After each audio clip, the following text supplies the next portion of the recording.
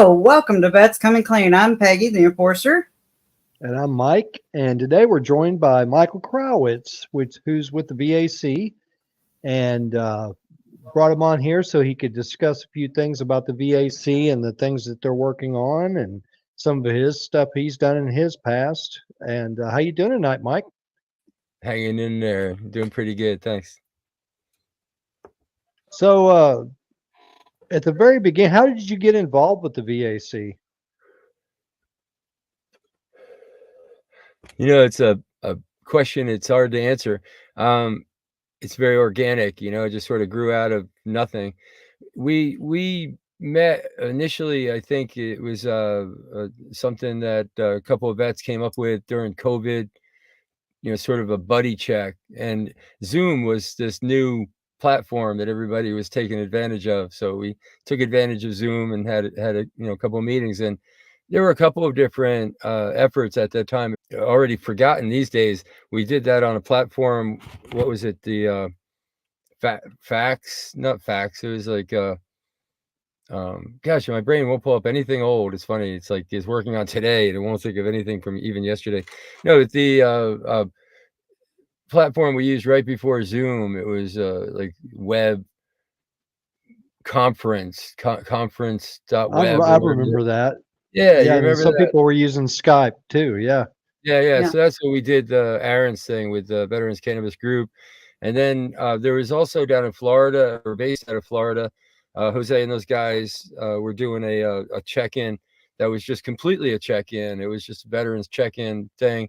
That's around the group. It was Jose's group's suicide prevention. You remember the name of that one? I'm trying to remember the name of that or veterans organization, like 22 a day. No, it was like 22 a day. That was 22 too many. That was out of Washington State. No, in Florida it was like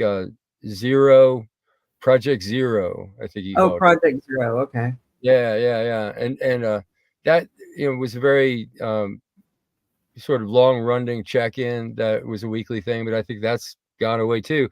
So now Veterans Action Council is the only one I think started from that time period that's still going. As far as I know, it's the only rolling, ongoing veterans check-in, the only open tent place where veterans interested in especially cannabis policy and cannabis access, medicinal cannabis in general, can find a home. But it's also a place where veterans working on other peripheral things like access to hallucinogens, working on reduction in veteran suicide, working on improvement of veterans care in the VA system. You know, we've tangentially gotten involved in any of those things because as just a group of veterans getting together within our own free will, we do whatever we want to do, and we work on whatever issues, you know, strike us to work on. And so far, actually, over these couple of years, we've done some really interesting stuff. So I really appreciate the group. But that's, as best I can remember, that was how I got into it was just, hey, join on this call we're having with vets during COVID, you know, and check in with everybody. That's cool. That's cool. So before that, you'd had a military career. You were disabled in the military and everything. I mean, how'd that come about as far as you being disabled? Well, I don't mind talking about it. My military career didn't just terminate. It wasn't like, well, they just sent me home in a helicopter and that was it. I actually got hurt in a motorcycle accident. It was my last Friday night on Guam, USA, little island in the South Pacific. And driving home on the coral packed roads, I had a motorcycle accident. A bad road situation that was made worse by a little bit of rain and me not knowing what, you know, the lane that I was in and not knowing the danger, just sort of drove right into it. It was sort of the lane ended. It was a right turn lane, but didn't have a sign, didn't have any markings or anything. And I just drove right off the end of it, busted myself all up. And wow. I had a pretty ambitious career line, you know, set up. I was prepared to go on a big trip, and I had already started talking to recruiters about, next steps in my career path and stuff. So that all got basically cut short. But I was still in the military. I got hurt and I was patched up in Guam, and then they sent me off to Hawaii. Can't really beat that as far as a place to go recuperate. Had several surgeries there in Tripler Army Medical Center in Honolulu. And then they sent me back to the U.S. where I had my final duty station still. I went to Omaha, Nebraska, and had another entire tour of duty there in Offutt Air Force Base. I was grounded for most of the time in a chair, but they put me to work. I was a supply guy and stuff if I couldn't get up from the chair. So they put me to work. But eventually, even with them accommodating me and figuring out how to, keep me in the game, so to speak, even though I couldn't really do my job, they gave me stuff to do. But even that notwithstanding, the military still kicked me out on a disability. They did a medical board, determined that I was no longer fit for military service. They put it off on the VA because of something I said, ironically enough. Of course, hindsight's 2020, but I should have told them when they asked me, do you need a hip? I said just yes. Yeah, I need a hip, because that was true. It was a true answer. But also true answer was my doctors are putting it off as long as possible, and they're seeing how long I can tolerate it, before they do the surgery. Because I said that, they said, oh, sounds like a VA problem to me. So they put me off to the VA. So I got a minimal retirement from the Air Force, just a disabled separation, and then the VA picked me up with a retirement. So I at this point, I've got 100% rated, total and permanent rating from the VA. It's high as you can get, in the recognition of my military service and my injuries, incurred while I was on duty. They did a line of duty determination to determine that I wasn't drunk, I wasn't doing anything wrong, I wasn't on drugs or anything, and determined that even driving home from dinner as I was, they consider that to be part of you're on duty 24 hours a day as far as they're concerned. So they consider that to be in the line of duty, and they've covered me. So the VA actually did, I guess, about half of my surgeries, and the other half in the Air Force. And I was put out of the service in 1986. Oh, wow. Okay. So is the becoming disabled, is that what led you to looking into becoming the executive director of Veterans for Medical Cannabis Access? That was like a couple of steps later, actually. When I got out of the service, I went into retraining. I was going to be retrained in electrical engineering, the new subcategory called computer architecture, computer engineering, within electrical engineering, to be differentiated from, not working with computers, but actually creating computers. We would be designing new computers. That was the job that they were putting me into. And I actually went to Virginia Tech. I got into Virginia Tech's program, even though they, on the surface didn't allow any transfer into the program. They required new students in the computer architecture program to come up through the university, to not transfer in, but made an exception in my case. And they asked me first, though, to prove myself. So I actually had to go to the community college, the nearby community college, and Virginia Western Community College, and prove myself in which I did. I graduated with honors in their engineering program.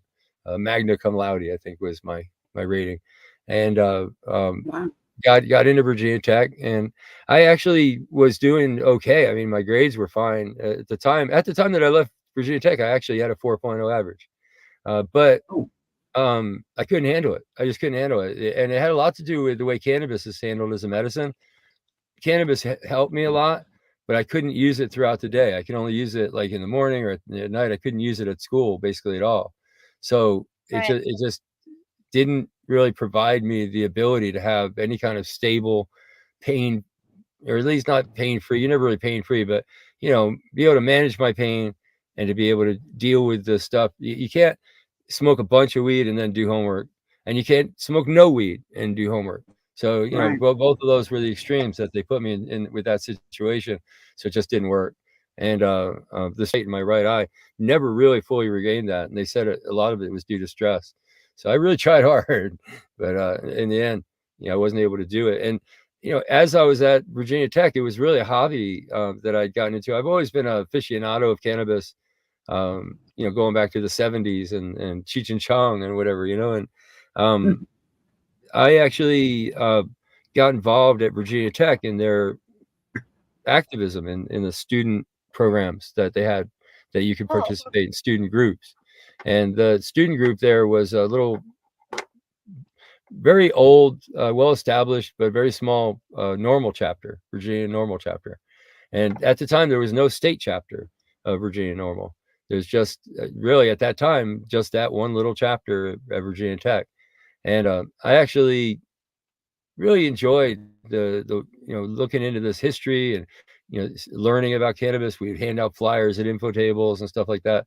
And even though I couldn't continue my education, I found it pretty easy to continue my activism. Not only could it continue it at my own pace and work on it whenever I felt like I was able, and I could work on it at home on my computer and stuff like that, but also it gave me some way to get out of Kim's hair, get out of my wife's hair, for a little bit of time.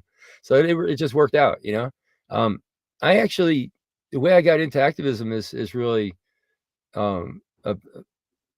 not a normal path, I'd say. The major thing that really activated me was a trip that I set up in Europe that was set up to replace the trip that I had set up in Asia that got interrupted by my motorcycle accident.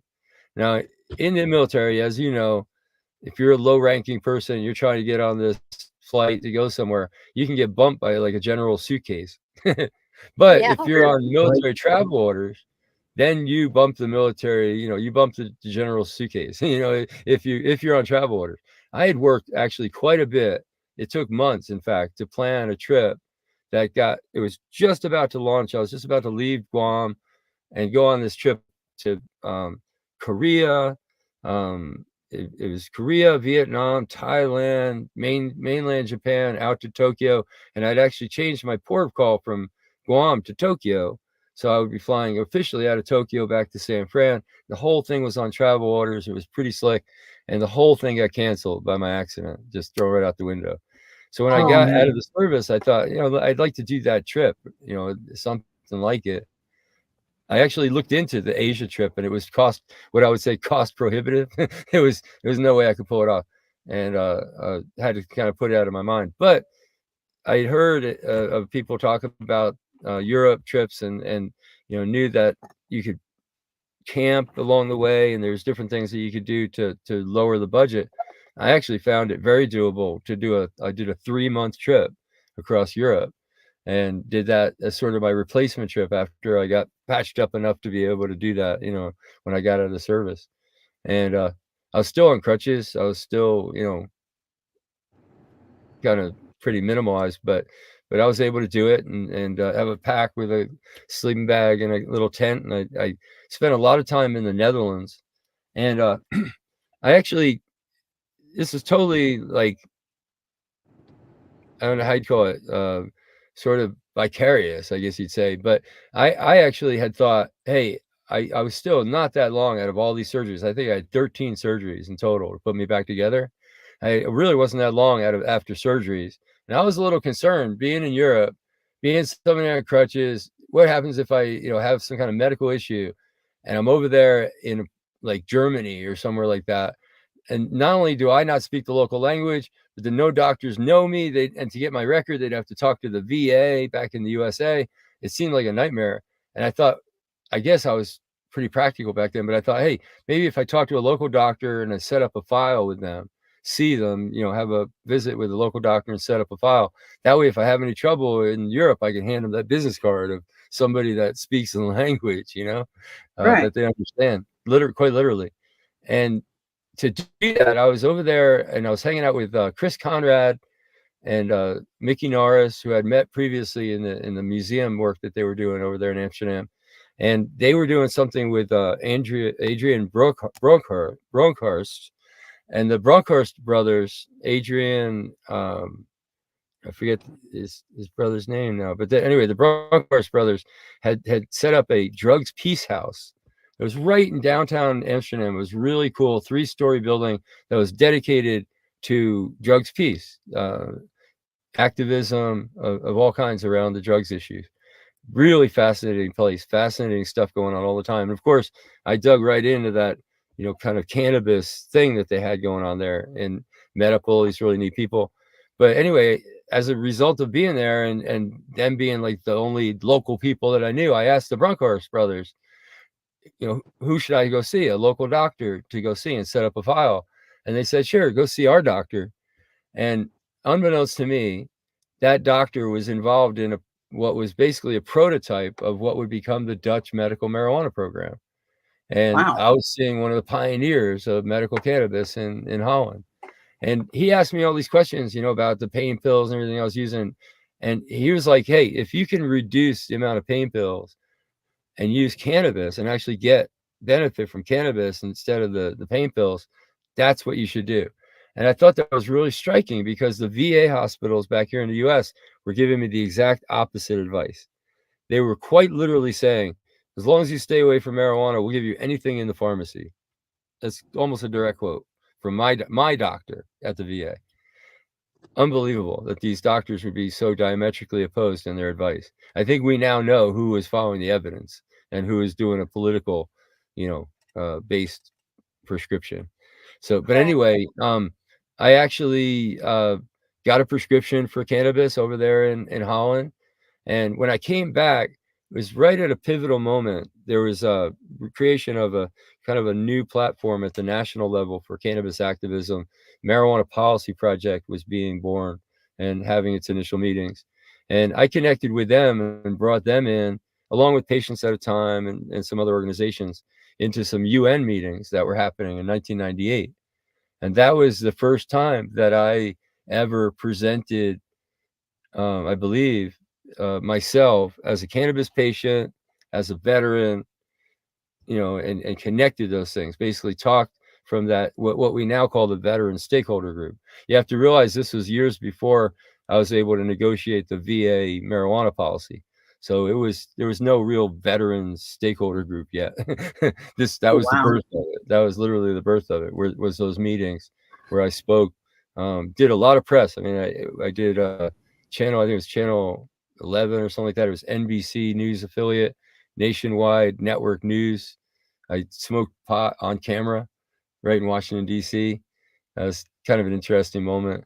It was all around the release of the National Academies of Science Institute of Medicine report.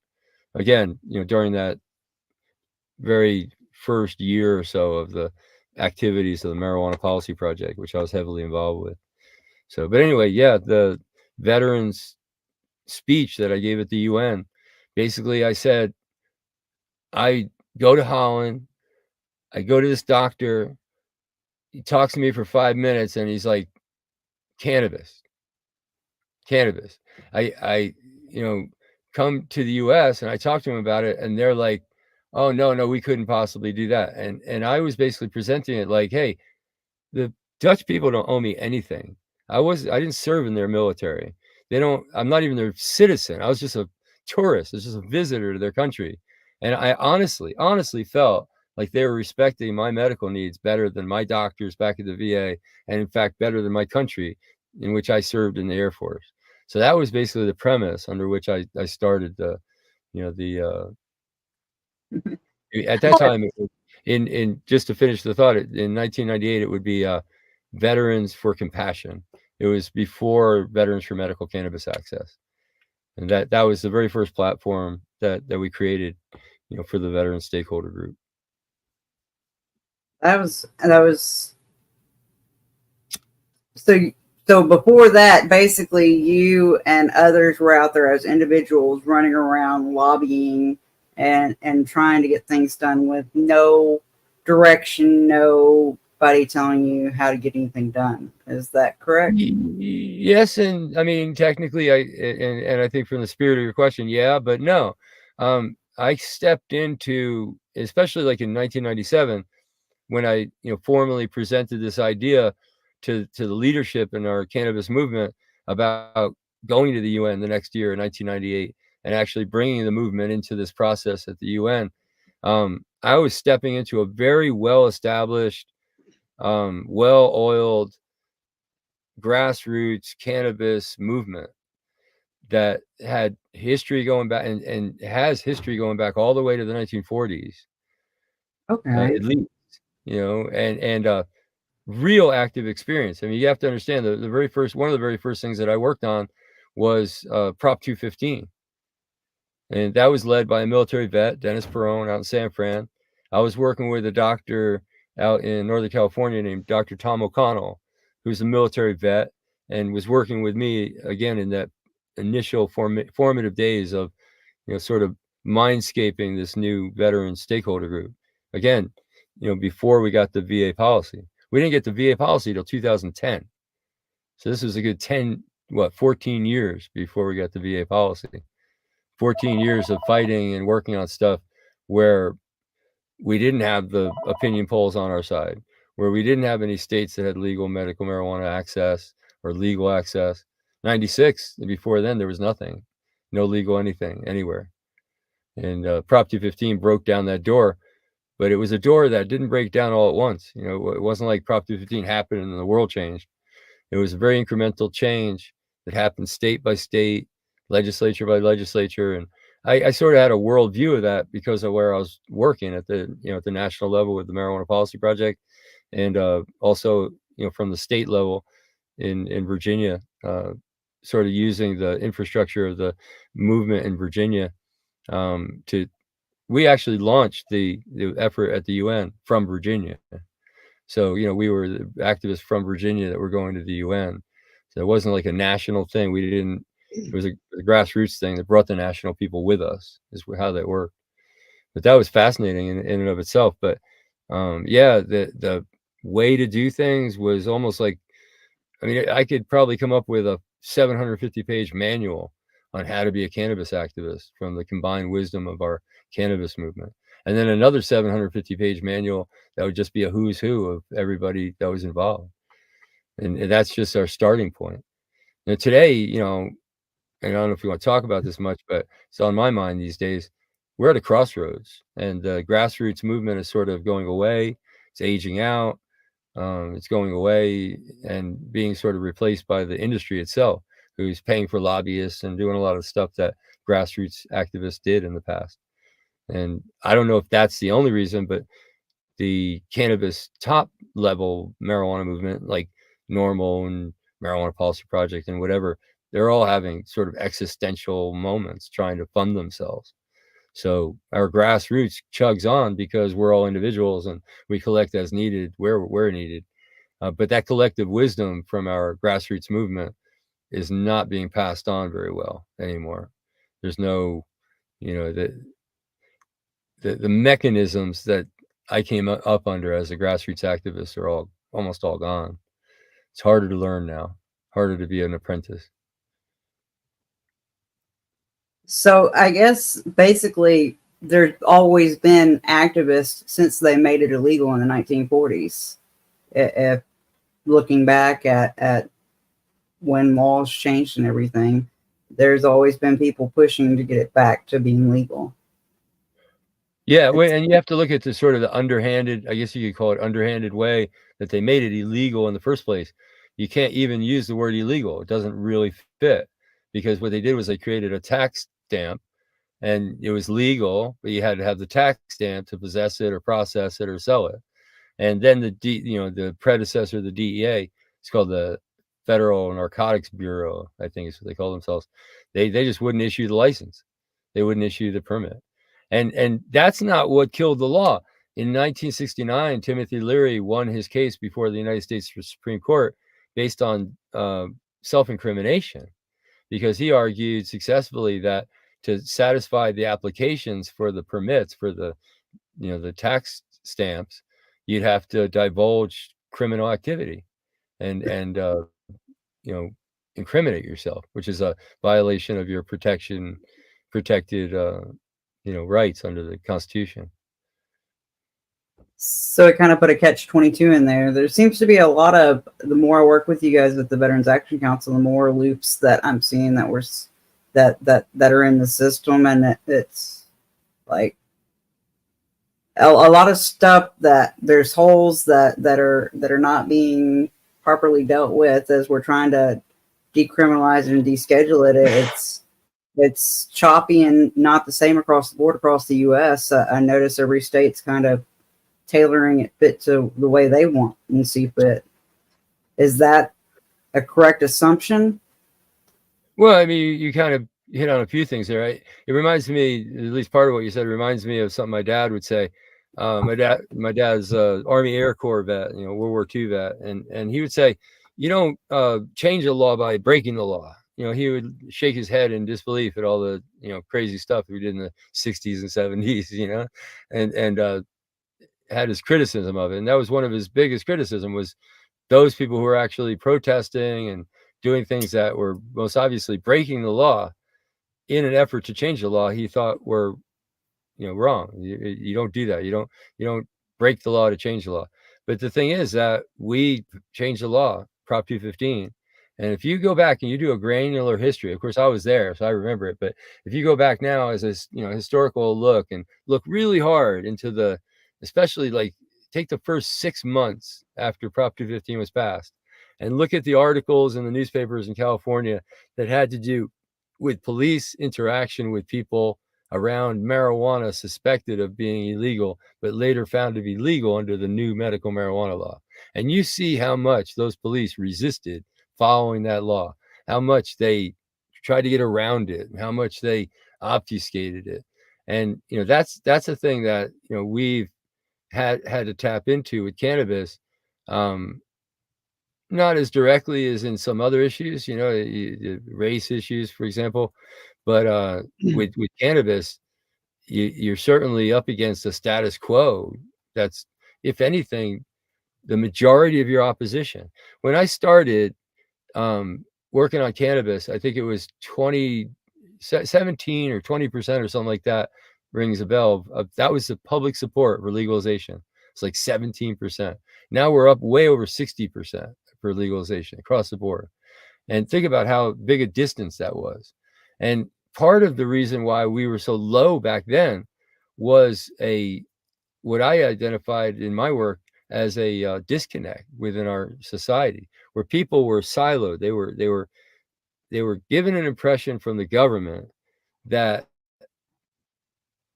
led them to believe that everybody they knew was in favor of something that they weren't. Like it led them to believe that they were like an outlier when they didn't really go along with the drug war, when they didn't quite make sense to them. They just assumed that they were an outlier. And some of our initial work, like Prop 215, had the profound impact of showing people that no, actually, not only am I not an outlier, but my opinion is the majority. We just passed this initiative. My opinion is actually the majority. And the government has been, from 1940 to 1960 something, basically maintained the illusion, and I would contend it was nearly that entire time, it was the illusion of support for these programs that never really existed. When I first started out, we did polls, and if you asked the question carefully, you ask people a question like, should we legalize drugs? No. But then you ask them, like, should we use police resources to go bust heads over a possession of a joint, or something, you know what I mean? Just word it different. All of a sudden you get a different response. And that's how we sort of, over time, we learned, how the public had been manipulated. But this is a clear case of misinformation being given to the American people within the period of around 1915 to 1940, predominantly, that led to where we are today, and led to God knows how much misfortune and criminal records and stuff that were inappropriate, because they weren't based on evidence, they weren't based on fact, they were based on hysteria or based on actual misinformation. Well, back in the 1980s, during the Reagan time period, they really promoted a social stigma where it was just absolute lies about everything. And I think that was used to reinforce what you're talking about from the early 1910s and all that stuff. Well, it was different though. The just say no and all that stuff. It's funny, I don't know. I find myself in a strange position here. I'm not defending them, that's for sure.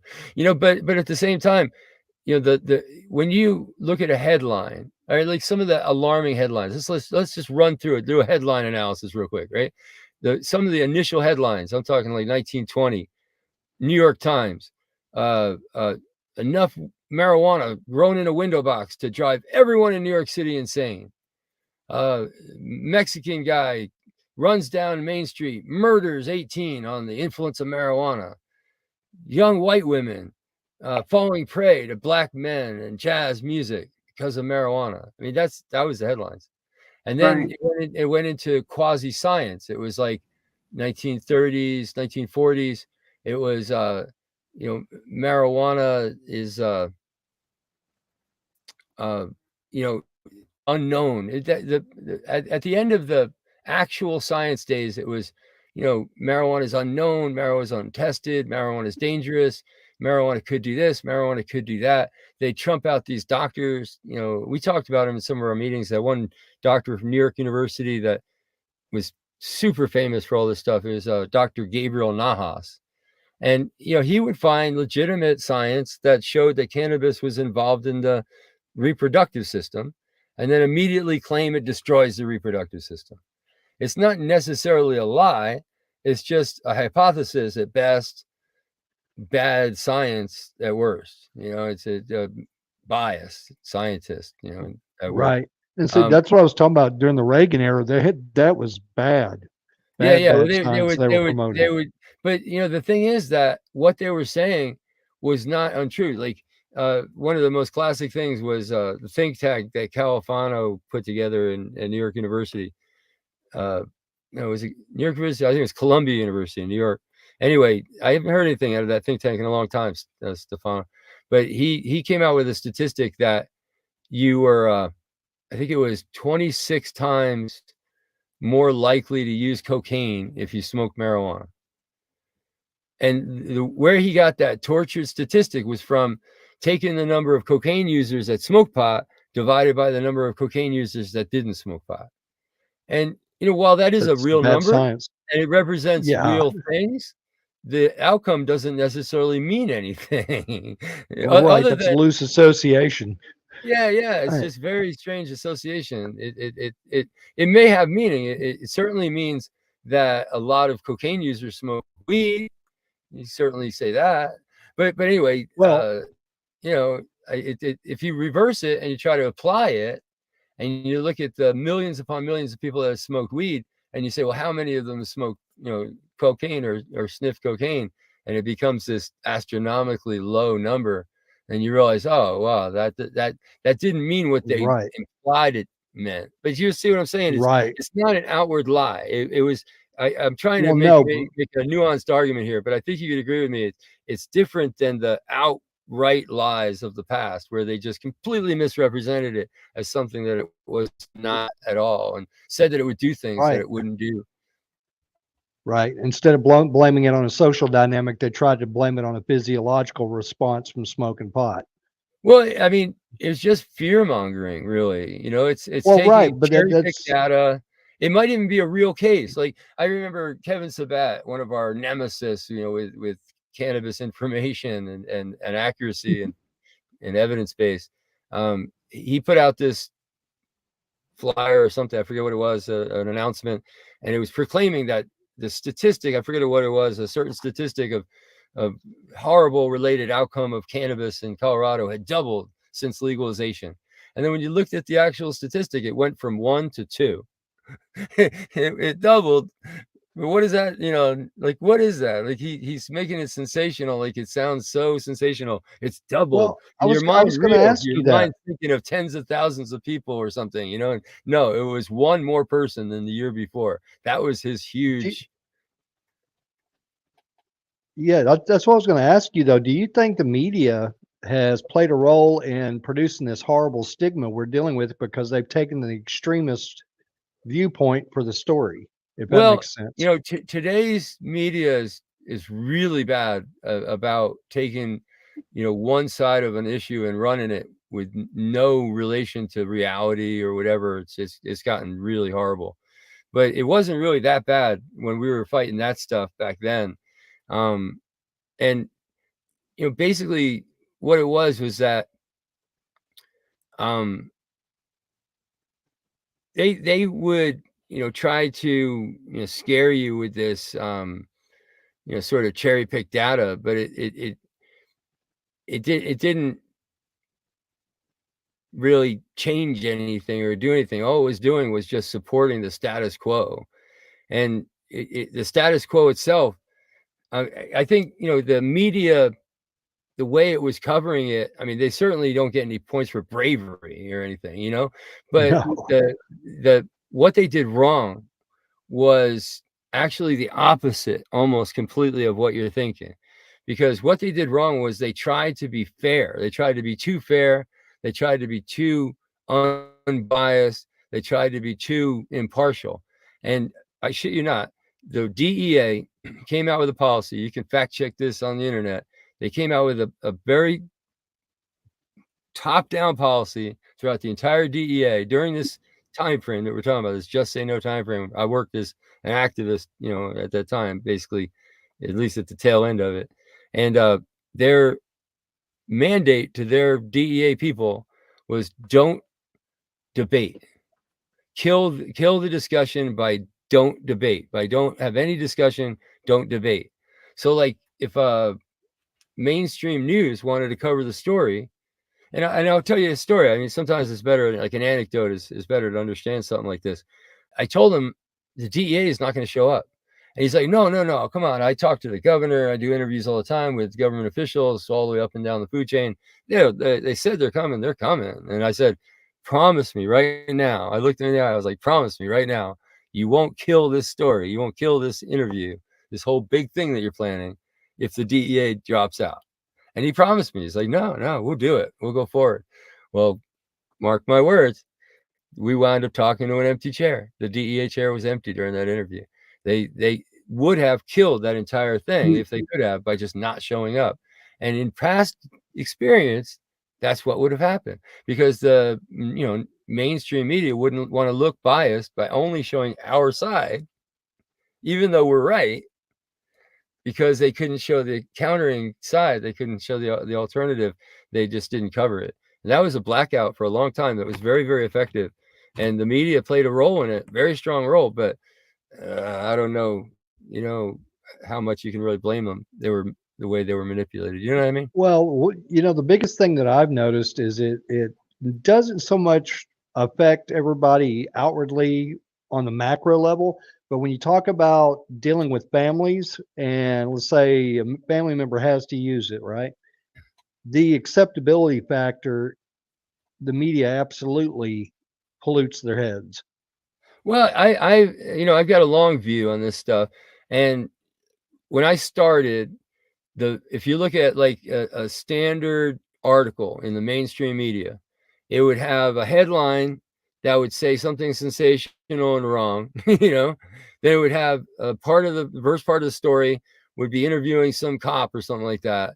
And at the very end, it would be interviewing some judge or some victim or whatever. And that was like I'm telling you, like, you could do an assessment and look at how much of a percentage there was of stories that were that profile, fit that profile. And when I first saw the first story break, it wasn't that long ago. I'd say inside of 10, 15 years, the first story broke where the headline wasn't crazy and the end was our position. It was somebody from our side in the end. And, for example, that quote from Kevin Savet about the statistic that, this horrible statistic had doubled in rate since the previous year, and it was just went from 1 to 2. Well, he presented that information, and it was immediately refuted by the government itself of Colorado. And that's the difference. That's the reason why a lot of what I was saying is happening with the grassroots facing a crossroads and the cannabis movement sort of changing and stuff like that. Because when you say something really, really wrong and really, really stupid, it's not an academic or an activist or something like that's going to counter you anymore. It's going to be the system itself that has a responsibility to clarify these things. When you say something that's completely ridiculous about and unsupported about something that falls within their confines. In this case, they were saying something happened under the Colorado program and within the confines of that world. So the government of Colorado weighs in and said, no, I'm sorry, this is the facts. This is, and I'm even seeing that at the world level. We're seeing like Colombia and what other country? I'm thinking Mexico. There was a couple of countries that came to the world body and laid out statistics and showed everyone that this is not fitting your narrative. What you've been saying, it doesn't seem to fit. This is the reality. So as it's sort of I call it the self-corrective nature of history, the self-corrective nature of the universe. The first time I ever saw that, and where I came up with that title, was we actually thought years ago about fighting for the word marijuana to make sure that people would use cannabis, to not use a pejorative term. And as I looked at it, and as I looked at the landscape of knowledge as it spreads through society and our industry as it grows and everything, it's self-corrective. I'll give you one example. There was a police video from Florida from the cannabis. I mean, it was titled right in the video, the Marijuana Eradication Program of Florida. And then it comes on and there's this deputy and he's going to teach you about the Florida Marijuana Eradication Program. It was like an internal video for cops. I bought it, collectible, vintage. And I think it was 1980s, sometime in there, late 80s. And the first line, like right out of the bat, the very first thing that he's saying is, marijuana eradication program of Florida. Today we're going to talk about the eradication of marijuana in Florida. Marijuana or cannabis, sativa, cannabis, Latin, so, and that was it. He never used the word marijuana again. It was always cannabis. So it's as you learn the history, as you learn, the reality of the truth of the, because if you come into this thinking of marijuana from the talking points of Kevin Sabet, then you're in such a small little bubble that you don't know anything. you're in for real shock, really, when you do an open search. You do a test, do a marijuana control. I mean, I'm trying to think of the exact terms. It leads you such different direction. Cannabis. What do they use? They don't use the word control. The marijuana. Yeah, I guess they use control. Yeah. Okay. So cannabis regulation, and type in marijuana control. And under marijuana control on Google, you'll come up with a completely different set of information than you will under cannabis regulation. Completely different set, even though they're virtually, synonyms of each other. And that's the world that we've gotten into is people are given tailored information based on the words that they use, and can sort of be kept away from the bigger story by the words that they use. Nowadays, it's not as big an issue, but when I first started, that was a huge issue. Seems like changing the terms up like they do tends to make it more difficult to track progress and work towards descheduling and legalization. Then I was going to say that'd make it hard to pass laws. Well, it makes it very important for citizens to come in and present testimony, because often you're going to point them to stuff that was so obvious to you, but they never heard of. Again, because you go into Google. I pity the person that just has to pick up this issue as a reporter, as a legislator, has no previous interest in it, and was just asked to go look into it and just goes on Google and looks up stuff. Because I've been immersed in this for years and years, and I still learn stuff all the time. And it's such a, let me put it this way. The human race, as we've gone through our history, especially the last 2,500 years or so of history, we've had a very complicated, very close relationship with cannabis that's ongoing throughout that entire time. So it's written about in our very first texts. Some of the oldest examples of plant material found in like caves in China is cannabis. It's referenced in botanical works and medical works, again, over the last 1,000 of years. and it was in virtually every country's pharmacopoeia, including ours. It was in ours for over 100 years, right? 1850s to 1940, at least almost 100 years. Yeah, it was in cough syrup and all kinds of stuff before they took it off the market. So you mentioned the memorabilia and stuff. Do you have a museum that you're collecting stuff for? Or? Well, before I answer the question, just picture like the Marijuana Tax Act comes in, they go to pharmacies, and the pharmacy doesn't have a tax stamp, and these agents of the Federal Narcotics Bureau come in with guns and badges and just remove stuff right off the shelf of your pharmacy. That was the 1930s, right out of like a black and white movie. I just want to put that in your mind, before I answer your question, because that's where that stuff went. That's the cannabis was still on shelves until 1969 for those pharmacies that actually followed the law and got the tax stamps and stuff like that. If they didn't follow the tax stamps, they would likely have had their products already removed long ago. So that was the world these products, they are so vast in number. When I first started working on museum stuff, there was only one reference. It was a pharmacy like journal article from like 1920 something or something, 1930 something, and it mentioned, I think, 14 cannabis pharmaceuticals. So when I first started looking, I was looking for 14 cannabis pharmaceuticals. Well, hell, I can show you now. I can show you a Park Davis manual from 1925 with more than 14 cannabis products in just that one product manual, just in that one company. Eli Lilly, Park Davis, and Merck, and a dozen other big pharmaceutical companies had cannabis products. There was over 100 cannabis products that were available to pharmacists to put on the shelf in their pharmacies in 1930, 1925. Over 100. And they ranged from, they ranged from pain medications, cough medications, sedatives, even externally applied, like, corn medicine, all kinds of stuff that they used cannabis for. I like to say, when our military vet ancestors came back from World War I, they had this wide array of cannabis products on the shelf that were prescription drugs. And when my father and our ancestors from World War II came home, those products were removed.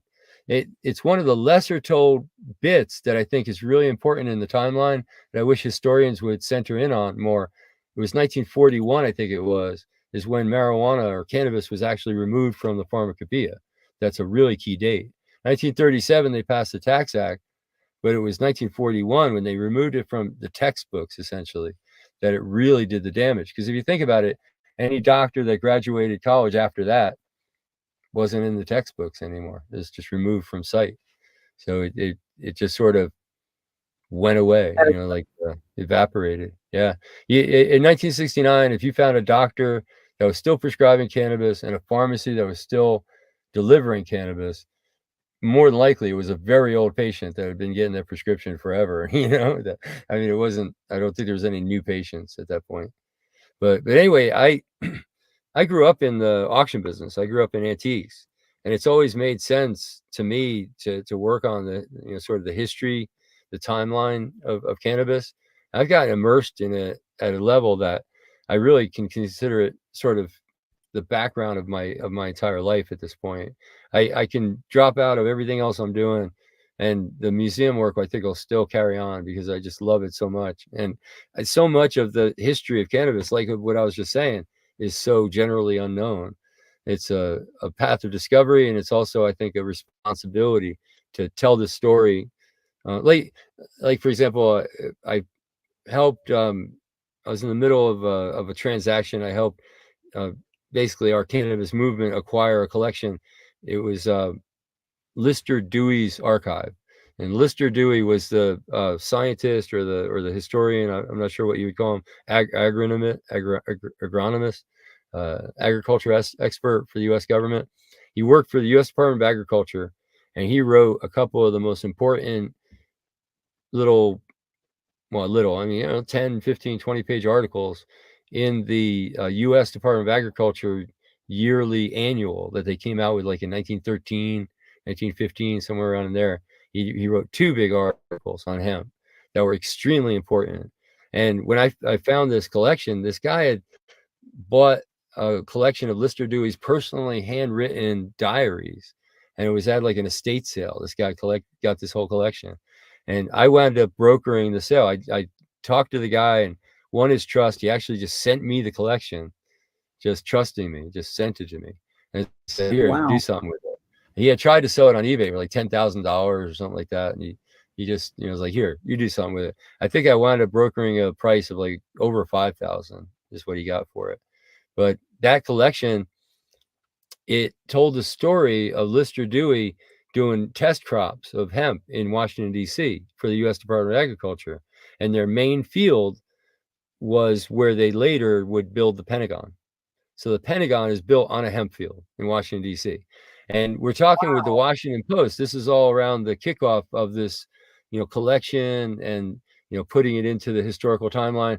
It was the year that, which I don't know, push-pull, I don't know which came first, but that was the year that we created, with that being the kickoff of Hemp History Week. I don't know if you've seen, every year Hemp History Week, but that was what we did for the first year, was Lister Dewey's archive. And the Washington Post came and did an interview and basically asked me this really good question. Essentially, the information that you're giving me, all the stuff that you're telling me, is all stuff that really seems like the kind of stuff that would be in a reserve library for like geeks to write PhD papers about. And I told him, you're right. This is exactly where all this stuff belongs, in a reserve library somewhere where people come along and do research on arcane papers and stuff like that. Except I told him that this information specifically and particularly was eliminated from public view by the government, that they played an active role in not just preventing people from knowing this, but from actively unknowing it, doing misinformation to prevent the public from ever knowing any of this happened, that any of this, was true. So I told him, I felt like we have and this, again, the Washington Post writer I'm talking to, or editor maybe, I can't remember now. And I was, basically imploring him to do the article, because the people of Washington, D.C. had a right to know this. And then literally I told him, then it can go into obscurity. Then it can, wind up someday back in a reserve library, like it really belongs. But he took it. He took my advice, and they wound up running a cover article on the Washington section of the Washington Post. And the cover article had a big picture of Lister Dewey standing next to like a 14-foot hemp plant on the crop of land, which is now the Pentagon.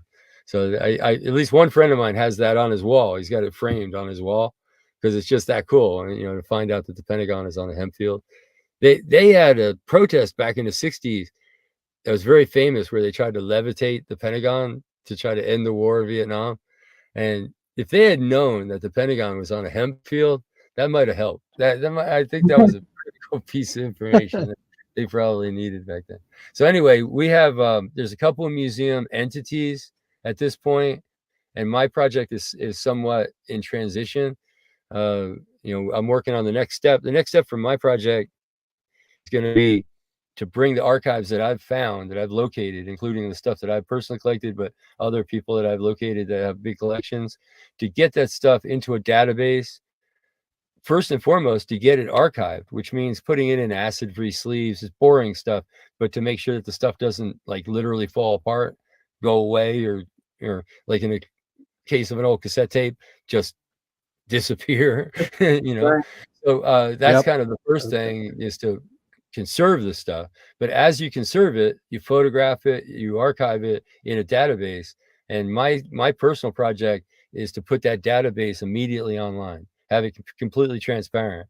So like the first 5,000 artifacts that I go through will be the first time those 5,000 artifacts had ever been seen by anybody. And I have a feeling by the time we get through just the first 5,000, there's going to be people all over the world just really freaking out about the stuff that we're going to be putting forward. So I'm really excited about it, but it's actually keeps getting put off by important stuff. I mean, it got put off by us working at the UN to change the UN. We actually succeeded in reforming the drug control treaty. I mean, we did that. 2020, we changed the world, and we changed the drug control treaty. Now, this year, right now, we're on the cusp of changing the schedule of cannabis within the United States, something that the cannabis movement has failed to do with all our effort since 1971. And we're on the cusp of getting it done. And we've played a role. We've actually played a role. We were involved in the conversation with the president on this action in a leading role, Veterans Action Council. So I'm very proud of our work. I'm very proud of everything that we've done. I'm amazed that we get to be part of any of this.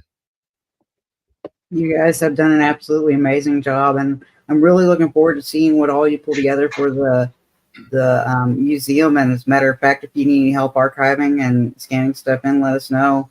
Pretty sure I could break away and come up and help get some of that stuff taken care of, because that's important that that stuff be documented properly, processed properly, and preserved properly, so that history is not erased again and that the truth is out there.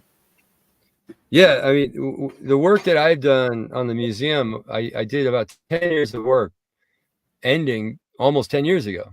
I mean, that's how long I've been working on this stuff. But that work was prototype work to try to figure out how the museum would work, the dimensions of it, try to work with people out in the field to see what, the consumer, the end consumer, the public, especially people interested in cannabis, to see how they would react to artifacts. I mean, if you do a search, you can find several articles that were written about that prototype work. I got quite a bit of coverage on it. It's very interesting stuff. But anyway, because of that, I'm in a position to be able to know what I'm doing now. But yeah, one of the things that we're definitely taking into consideration is two things. One, the very second this opens, there's going to be a flood of people wanting to put stuff in. They want to donate stuff. So I'm already preparing to accommodate for that. What I really want to do is try to bring in as much as we can of the movement history, of our cannabis movement history. A lot of this stuff is getting lost in storage units and stuff. Picture like a storage locker, then they don't pay the rent for a month or two, and all of a sudden it gets thrown away or sold at auction to someone who doesn't care about the stuff, just sees it as full paper and boxes, and looking for gold or silver, throws the whole thing out. That's actually a potential reality for some of the stuff that I'm trying to conserve. And I think a lot of that is maybe for the junk pile, but there's stuff in there that's really important for our history to conserve and to get, our archive. So I'm really excited about that. And the second thing, of course, is I already absolutely guarantee that there's going to be people there, like scholars, visiting activists. I'm going to have to plan on several guest rooms, because besides the fact that I want to do this, within the academic structure. So I would love to have interns, work on some of the archiving, get some young people working on some of that stuff, and do it again, all transparent. My vision is to have it completely transparent. So you'll be able to sit at home and watch as each artifact is pulled out of an old dusty box and examined, unfolded or whatever, photographed. It's going to be super boring to some and super incredibly interesting to others, and nothing in between. Absolutely. The only way to have complete transparency is to be upfront and in the open about it. That's going to be a lot of video footage. Hope you got a lot of cloud space. Yeah, that's, like I said, that's all part of the plan. It was interesting. I went to the DEA's museum when they first opened it, the very first day. And I had to sign up for it and everything. And I brought my chair because I knew I'd be standing for a long time, which would kill my legs. So I just brought my chair to roll around, which gave me sort of unlimited time to be able to hang out, which wound up being a really good decision, because at that time, at least, there was nowhere to sit in their little museum. There wasn't even a place to lean. It was just walk around and look at the showcases of this little collection that they had. And oh my God, the curator was there. It was the first day, a lot of media there and stuff. So I got to hang out with the guy that essentially created this display. It was done predominantly with the research and development from a university. So it wasn't like DEA wrote the cards and stuff, which is kind of cool, because that way it was actually evidence-based. And it said things that didn't necessarily agree with the DEA position. Like the cannabis jar said, cannabis pharmacy jar. Based on the size, probably likely a pharmacy jar. And, this is from the DEA, who would love people to forget that cannabis was ever in the pharmacy, and here they had a pharmacy jar in their little museum. But when I was talking to the curator, he said that one of the unexpected things that they experienced was the influx of artifacts. He said every big official in the DEA opened up a drawer and said, "Here, put this on display," and handed them something. They had like diamond encrusted guns that were owned by drug traffickers on display and stuff. It's funny, Oh, wow. it's really funny because my life growing up was like half normal kid and then half like working like almost like a indentured servant. I mean, my brother and I were the backbone of the auction business, moving heavy stuff around and loading trucks and stuff like that. It was just hard labor at a very, very young age, something that was considered very inappropriate by just about anybody that would look at it objectively. But yet at the same time, now I'm looking at that experience and it's been invaluable. I learned so much about so many things. I mean, not just how to find these artifacts and collectibles and stuff like that, but what that world works like, what the universe around that looks like, which is our world. It's our universe. It's our regular world, our normal day-to-day world. That's the world that I learned through that work. And yeah, the auction business, it's fascinating how it's prepared me for cannabis activism, learning underneath my dad. Yeah, it's pretty cool. So if anybody wants to contribute or help out with the museum that you're going contribute to the museum that you're building for medical and marijuana, is the Veterans for Medical Marijuana.org a good website to reach out and find you at, or is there a better place where people can find you at? You can find me easy, and you can certainly reach out right through that website. There's a form that you can fill out to send an email that goes across my desk. But we actually, Veterans for Medical Cannabis, or Veterans for Medical Marijuana, as it's on the website name, for the most part, we've folded because we're a completely voluntary organization. And I actually was already looking towards handing off leadership to others, and just hadn't really been able to do it. I actually went through partial training on someone that I was grooming basically to take my place and take over.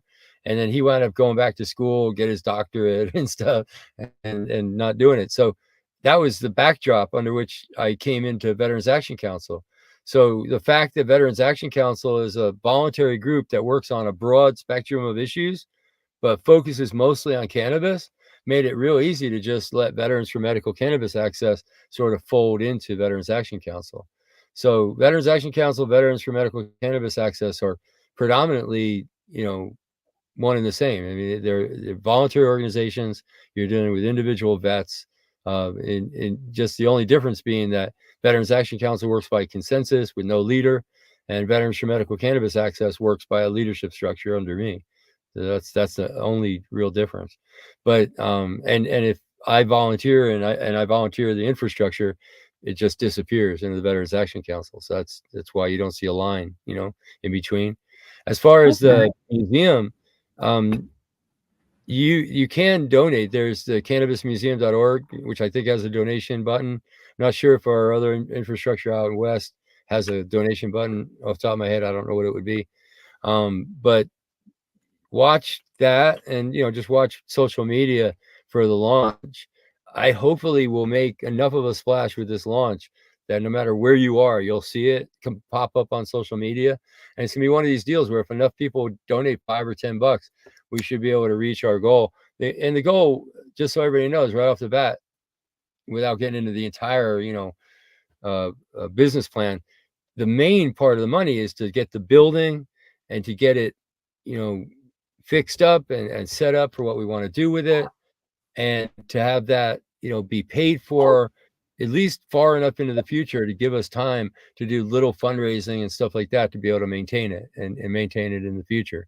And also at the same time to come up with some of the at least initial funding, not just outfitting the building, but come up with those big boxes full of acid free sleeves and stuff like that. It's not going to be, you're not talking about big money. I mean, we've, passed initiatives where we've done fundraisers for $1 million and $2 million. And this is probably all in going to come in hopefully under 300 grand is my hopeful budget. So it shouldn't be that big a lift. We'll see how it works out. But hopefully in the next 6 months, I'll be able to launch that and you'll see it pop up on social media. If anybody's interested in, working on it or knowing more about it, contact me or reach out to Veterans Action Council and ask them to pass along a word to me. But yeah, the museum is something that exists within all our minds. It's our collective history. It's your story, my story, and our story. And when you learn, like the people of Washington, D.C., learned that their Pentagon on their ground, it was actually on an old hemp field, that meant something to them. That was local information. And to us, even not even being in Washington, D.C., just the fact that that's the United States and it's our Pentagon and it's our country, that means something to us. And that little tiny bit of feeling of connection to yourself, to your community, to your own history, I think that's incredibly valuable. And that's what we bring with the museum project. Absolutely. Michael, do you have any questions? Or Mike, sorry. No, he's covered everything I was interested in. That's, my biggest deal. I grew up during the Reagan era, and I was really confused at all the stuff going on because you got so much political rhetoric hitting you while you're in high school and college. And it's hard to weed everything out and know what the truth was back then. And that's what I was curious about. Yeah. Weed everything, weed all the mistruth out. Yeah. Well, so I didn't really dig into it before, but I did work on that stuff. I did a full dossier on the DARE program. I really read in on some of the stuff and worked on it really heavy at the time. And let me just tell you about a couple of things. All right. So there's a very classic ad. I'm sure you'll remember it immediately.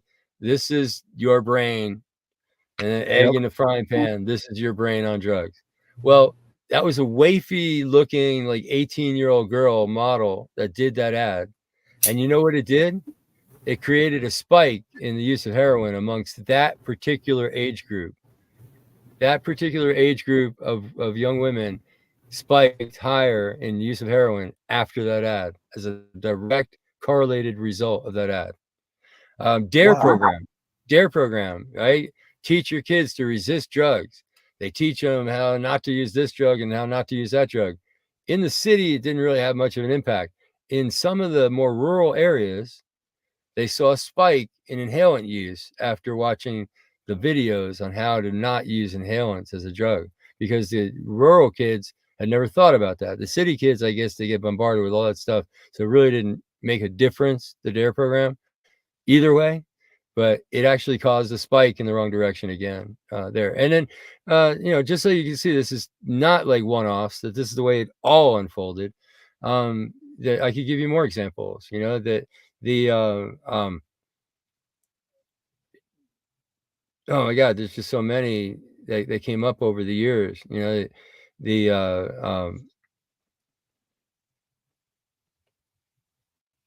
mean, the DARE program itself is almost like,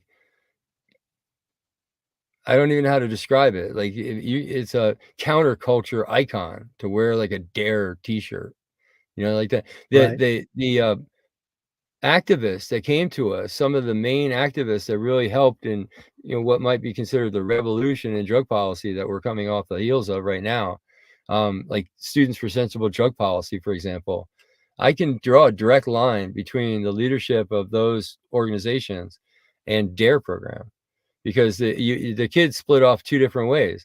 They would either, some of them, sort of adopt that tone, that narrative, and the strength of that status quo position, join the cops or whatever. But then others would rebel against it. And a lot of them, as I said, had no impact on them at all. But a lot of them did rebel against it. And we wound up with a whole new generation of activists that were created by the, sort of cognitive dissonance created by the DARE program. But gosh, I'm trying to think. There was another one I had in my head, and I just can't quite think of it now. Another example. But the cherry pick data and the efforts of the three administrations, like the Bush, Clinton, Reagan administrations, just really doing no good at all. I mean, really just almost doing no helpful, really advice or information from that. We have this doctor right now. She's been there for quite a while. I don't know exactly how long, but she's been there for quite a while. Dr. Volkow. She represents NIDA, the National Institutes of Drug Abuse, and they're sort of the thought leaders for our federal government on this, drug information. There's what's called the National Clearinghouse for Drug Information, and they constantly come out with stuff, and they'll put it out as if it's definitive evidence and information, but they'll forget to tell you that it's a mouse study, or they'll forget to tell you that it really it was a very tiny study that had no correlative no correlation that was associated. I mean, it's just No relevance. Yeah, no, not relevant, essentially. Yeah. So I don't know. It's a waste of time. It's a waste of valuable time that could be spent on something so much more useful and important.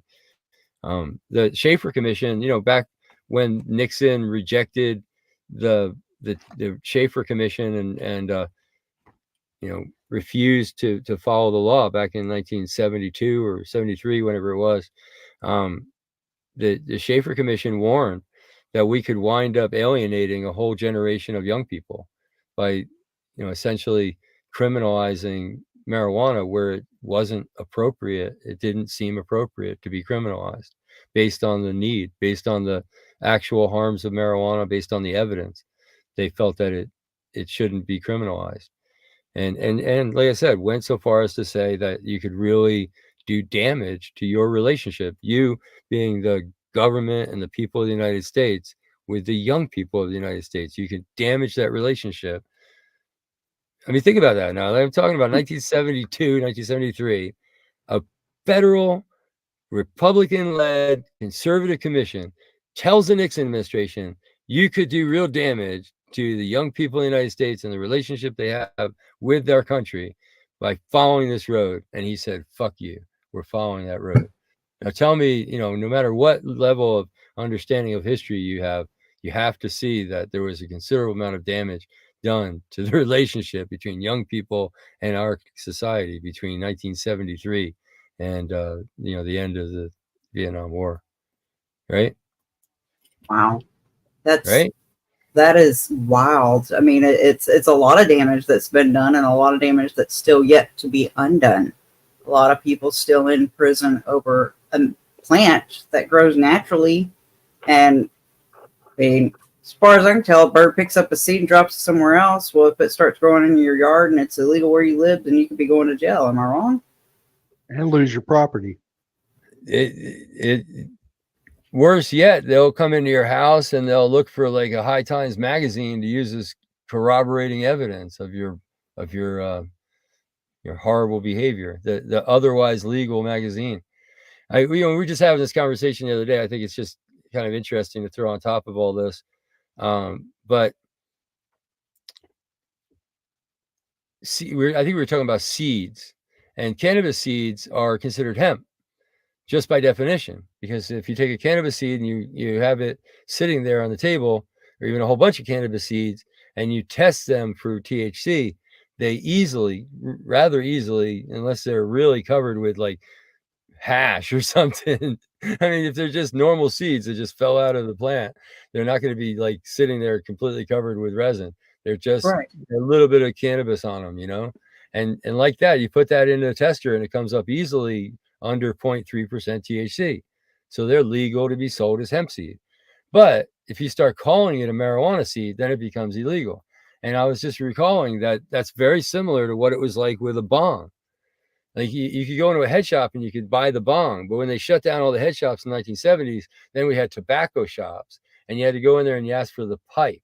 the tobacco Water pipe. pipe. And quite literally, if you ask for the bong, you get thrown out of the store.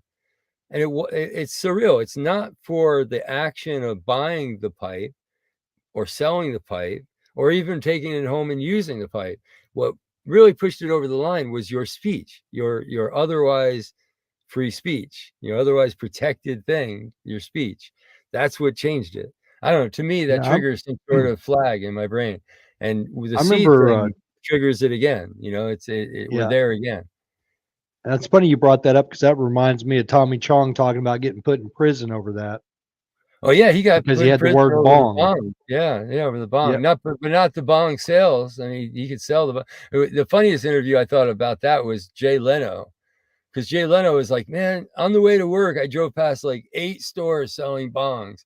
How the hell did you get arrested selling bongs? I thought that was a great question, Yeah. It's because of the word. It had nothing to do with what he was selling. It was the word. Well, actually, you want to know the story of that? I know a little bit of the story of that. It's fascinating. Absolutely. We have time, don't we, Mike? Oh yeah. All right, so this is just a vicarious little piece of the story. I didn't do a deep dive into Tommy's situation or anything, but it just came my way because of the work that we were doing. We actually, we being Patients at a Time in this case, did the very first national conference on cannabis therapeutics in Iowa, and right then at that time, the federal prosecutor was kicking up a real campaign to try to arrest someone in Iowa. I can't remember exactly what it was, but it had something to do with the statutes in Iowa and the relationship of the federal government to the local law, or, whatever. I don't know exactly how it worked out. But anyway, it gave that local prosecutor for the federal government, the federal prosecutor in Iowa, reason to want to arrest someone in that jurisdiction for selling bongs. And at the time we were there and we were talking to head shop owners about this cat and mouse that they were playing with the feds. I mean, not the local police, with the feds. And I remember that very specifically. It was a very interesting little, backdrop tidbit of this conference that we did in Iowa years and years ago. And that was years before Tommy. So I paid close attention when I heard Iowa come up in the story. What happened with Tommy was they being the DEA, this prosecutor's office, called up not just Tommy Chong's company, but other companies that were selling bongs and would try endlessly to get them to send their bongs to Iowa. I mean, just endlessly. I mean, they would badger them. We want your bongs. We got this store in Iowa. We want your bong, whatever. All these different pitches that they would give to these people as to why they should sell their bongs and send them to Iowa. And I forget exactly what happened. Now, it's been a while since I read the stories, but it was like a weak link, a moment of weakness, somebody they caught on the phone at Tommy Chong's business that, took the order and sent the order to Iowa. And once the DEA had that, they went after Tommy and basically they were like, we're going to come after you hard. We're going to put your son in jail, your wife in jail, unless you go to jail for us. And he's like, all right, where do I sign? So he went to federal prison. He said that a lot of the time that he spent in federal prison was like surreal. It was just like on the outside, except on the inside. He was constantly, writing autographs and, talking to people about weed inside the prison. Wow. But I actually got to hang out with him for a minute at the big one of the normal conferences in DC after he got out of jail, and he had commented that now he felt like an activist. I mean, he was a comedian, he was a performer, Right. but now he went to prison for this shit. Now he feels like an activist, and he should, I guess. Yeah, we got to see him. He was him and Cheech Marin were over here in Oklahoma a couple of years back. We got to see them and live performance. And he was talking about some of the stuff he'd been through. So that was pretty interesting. What an experience. If you went to a average, pothead coming out of the theater after watching Up in Smoke back in 1978, whatever that was, and told him that version of the future, that Tommy Chong would be arrested as a bong salesman, they would have just laughed at you. It would have been surreal. Wouldn't seem possible in our universe. Well, Absolutely. and that's the other thing. That's something I've noticed with the internet. There's a lot of people that sell stuff on the internet. I'm surprised the government hadn't picked them up yet. Well, You know, something that just struck me, I'd love to share with you guys. There's all these unintended consequences, usually negative, to be fair, unintended negative consequences that the government runs into when they create all these laws. And the way that they've actually manipulated our cannabis use and the way that we use cannabis,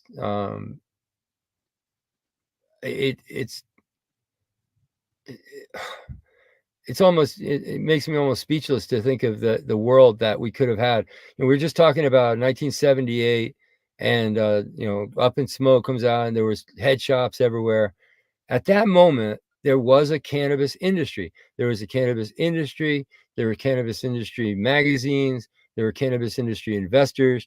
There were bong shops and head shops all across the country. And that was the industry. The industry was selling bongs and papers, roach clips and magazines, supportive of a home grow of cannabis, with the notion that you grow your own cannabis, wherever you are, and you get better cannabis if you get it from somebody that brings in them, in a backpack from some island somewhere. But other than that, the cannabis was being grown everywhere, and it was not necessarily connected to the industry. I don't remember back in 1978, 79, any real industry. When they thought about industry to sell pot, people thought about Marlboro. Like, oh yeah, Marlboro will roll cigarettes when it's legal. That was, if you would just ask someone on the street in 1979, the industry was about selling bongs and pot pipes and stuff like that. So think about it, like unbelievably innocent from today's perspective. And that's the future that the DEA destroyed, that the federal government destroyed. And they did that again and again and again. That when they knocked down the DEA, knocked down the petition to reschedule in 1988 and overruled it, and prevented, Bob Randall from winning and changing the schedule of cannabis to Schedule 2. They were going to change it to Schedule 2. And the DEA balked and went all the way to the appeals court to prevent it, and successfully prevented it from happening. What if they didn't prevent it from happening? That would have medicalized cannabis in the time of Bob Randall in the early 1980s, before an industry, before Prop 215, before any of this stuff. See what I'm saying? I'm trying to build an alternate universe, a different trajectory for your mind to think about what could have happened if the government hadn't interceded. And I can do that at several breakpoints where you can see they took a rather mild reality and turned it into a much more radical one. And I think that's a general truth. If you prevent modest change that's needed, what you wind up with later is radical change that's required. and extremism. Yeah. Extreme change, at least. Yeah. It's that's the thing that I've noticed nowadays. It's not a gray scale. It's either people are for or against. And I've noticed a lot of that too is generational. I've noticed everybody from my age group down seem to have a better attitude about everything and keeping an open mind. Whereas you start talking to people from your generation back, and it's a lot more divided. It's literally black and white as far as what's a yes or a no. But the kids nowadays seem to understand they're being lied to a lot more than we did. So maybe that's a good thing. The information is available to you. I mean, you can attend, you can go online and find reputable classes to attend all your grades, all the way from grade school up to a PhD and beyond, a doctoral, postdoctoral. Heck, you could be working with, leading a NASA team without ever having done anything but just, follow stuff on your computer. It's all available to you. When the computer first came online, I was looking at the treaties and I was looking at all the international laws and stuff. And my first compulsion was to print everything. So I've actually got some pretty big files of stuff that I printed. And it's probably cool that I did, because a lot of that early stuff is gone. The internet has a tendency to pile stuff. So what is very recent is easy to find. The further down the pile, the harder to find. And keywords can really screw you up. Like the same keyword gets used again on another thing, and then all of a sudden the thing you're looking for is obscured by a massive pile of something irrelevant. I'll give you. I'll tell you one something little example. interesting. Well, I think this is interesting. This sort of brings us up into this modern age of ours, and I'm kind of proud of it actually. When and this it dates me, right? I was at the computer engineering school, and I picked up just I did all kinds of stuff. Just took advantage of stuff that was in the school that I could learn from. And in this case, I was writing an op-ed, recurrent op-ed. I think I was writing one a month for the newspaper, the Collegiate Times newspaper. And at the time, they were just creating or just talking about creating the Office of Homeland Security. And something about this homeland, the term homeland, I just didn't like it. It just didn't strike me right. So I did an op-ed. I wrote one of my op-eds for the university based on that subject matter, like a deep dive into the word homeland. And a internet search at that moment, before the office was built, before the office was actually created, an internet search came up with mostly references to Nazis, mostly references to Germany. That was what homeland, fatherland, all that stuff. It seemed connected. Well, and I was going to tell you I wrote this article about it just to finish the thought. You do that search now and type homeland, and none of the stuff that I was looking at back then will ever come up on a search now. You probably have to go 200 pages in before you'd find it. Well, I was going to tell you a lot of the reasoning behind that. They coined a term called the dark web, and what they did is they hid the fact that now there's this political filter going on the internet here in the United States. The truth is the dark web is the internet, and they've taken it away from everybody. So, you're going to have problems finding information because of that. I actually did an article, especially, with my background. I hadn't thought about this article in quite a while. I need to go back and read it now that I'm thinking of it. It's so funny. Can't remember what it would be called, but I did an article on the, Internet 2. I think might have been the title of the article, Internet 2. So if I say Internet 2 and you know what I'm talking about already, you're somebody that's way ahead of the curve. But yeah, read that article, and I went through all the hubs, and I went through the infrastructure of the internet. The internet is not what it seems. I mean, it's not what people thought it was then, and nowadays people are even more abstractly disconnected from it. When we first got on the internet, you had to use a worm. They didn't have search engines yet, and you used what was called a worm. A crawler. A crawler was even later after the worm, I think. But anyway, the worm, crawler, whatever, you had to type in the code, said where the information was. It was in such and such library archive. You had to query a survey. Query the servers. You had to basically, you had to know what you were looking for and find it where it lived. And that's one of the most interesting things, I think, that you learned in the beginning of the internet that would be hard to learn now, or much harder to learn now, is where your information actually comes from. Like back in the 80s, do a Google search, where does that information actually originate from? And I'd say most people are not paying attention to that, but you probably should. Well, and that's the thing. Back in the 80s when I was in college, I was helping with the DARPANET development. So when you started using the internet, I was probably one of the jokers helping code some of the stuff, so you could access the servers. So I was a student back then in computer science. Yeah, my first homework assignment, I remember, was to send an email on the server, and it was like an hour it took me to do the email, and you had to do all the Linux commands and stuff like that to interact with the server to do an email. Yeah, that was fun. That was very esoteric, the very first emails that I did. Yep, we matter of fact, we also were working on the first voice technology using Commodore 64s. Trippy. Yep. Well, welcome to the future. I highly recommend people to be very critical of everything that they intake as far as information, especially be critical of the source. One of the things I was able to. My daughter was being homeschooled, so I was sort of the crazy substitute teacher that taught computer class, and computer security was a big part of my lectures, and those lectures were, I think, very sound and still carried to this day. One of the things that I told her was, if you're going to a website and you want to, know if you can trust that website, see if you can find a person connected to that website. If you can't find a person, a phone number, maybe not an address, but a phone number, like a real actual way to connect to an actual person, that's like a website that can be trusted. That was like one of the very first things I gave her as a criteria, one of many, different criteria. Look at the domain registration. Yeah. Yeah. I mean, I'm not even talking about domain registration. I'm talking about on the site, when you look at contact and how to, how to reach these people, there's actually someone there.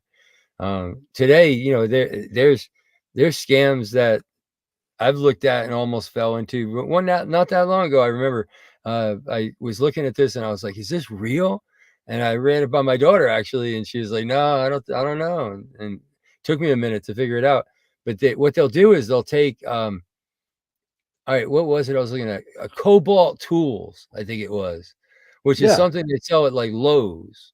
And if I remember correctly, it was Lowe's. You go to Lowe's and then you can look at Cobalt Tools on their website. But if you went to cobalttools.com, it was not Cobalt Tools. It was just some scammers that took advantage of the fact that Cobalt Tools didn't have a website. So they created a website and they're selling these tools. And the way that you knew it was fake was that you looked at their sales, and the sales were scrolling like crazy. And the way that the feedbacks were coming through and stuff like that. I mean, just everything looked so wacky. And the price, I mean, the prices were the biggest giveaway. It'd be like a $900 tool and they'd be charging, $39.95 for it or something like that. And 700 sold in the last 5 hours or, whatever. I don't know. Well, they were really trying to fish. They were hitting those sales triggers, wasn't they? It was really, I spent a whole hour, I think, one night looking at that particular genre of fake websites, and was just absolutely amazed that they were still up, that you could just go to these websites. They look very official, and at a glance, all that looks very real. And you put your credit card information in there, and George Santos got your money. Speaking of George Santos, what do you think's fixing to happen? Easy. Sorry, George. Wow. Well, it's been an hour and a half, Mike. If you want to go another 30, we can. I love talking with you. It's been fun going down memory lane and hanging out with y'all. We've had a blast, and we can always have you back again where night where Granny can be here. I know she actually was in the VA most of the day having her finger looked at, and she's got an infection. She wasn't feeling good, and she had to do something with the family last minute too. So we'll definitely have you on with her if you're interested in that. I've had a blast. What about you, Mike? You got any other questions? No, it's it's an ongoing thing. I every time I talk to Mike or Teen or Al or any of those guys, I always learn more and more history about what the hell was going on around me back then. And it makes a hell of a lot more sense now why the police were acting like they were and all that crap. Because, they really did, the teenagers during my time period were really hassled by cops a lot. It's like it almost gave them an excuse to hassle kids during the Reagan era, at least here in Arkansas. And, man, that just blows my mind. Some of the crazy stuff that somebody thought they had a good idea and it caused a lot of problems. So yeah, it's like hard drugs and stuff like that isn't like cannabis. Cannabis is like this produce item. It's big, it's leafy, it stinks, and it's really easy to find, for those reasons. And I think by having it illegal, it crosses a line. I've written about this too a little bit years ago. If you look at it, like trying to outlaw a plant on a planet filled with plants. So I mean, think about it. You take literally any green leafy plant, and there's thousands, I guess. I'm not a botanist. Probably thousands of plants. Hundreds of millions, dude. Yeah, I mean, just the subset of plants I'm talking about, that when you pull the leaves off and you put them in a bag, it looks like weed. There's got to be literally thousands of plants that would follow that criteria, that if you dried it up and put it in a baggie, it would look like weed. So Yep. by making cannabis illegal, think about it. Like when you made cocaine illegal, what else did you make illegal? Nothing really. I mean, if you take some bath powder or some, dish soap and you put it in a baggie and you start playing with it, somebody might be a little suspect, but probably wouldn't go very far. I mean, it's I don't know. I never really heard anybody hassled that way because something looked like cocaine. However, people have a baggie of something that looks like marijuana. Actually, I take that back. I remember there's this guy, he was parked on the side of the road sleeping. He was on his way home from his funeral, had a freaking remains of his loved one, I think it was his father, in a jar. And the police were sure it was methamphetamine and tested it until it was gone.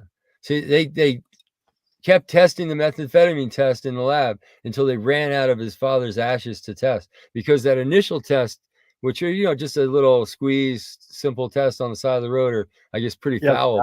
And in this case, it was a false positive for his father's remains.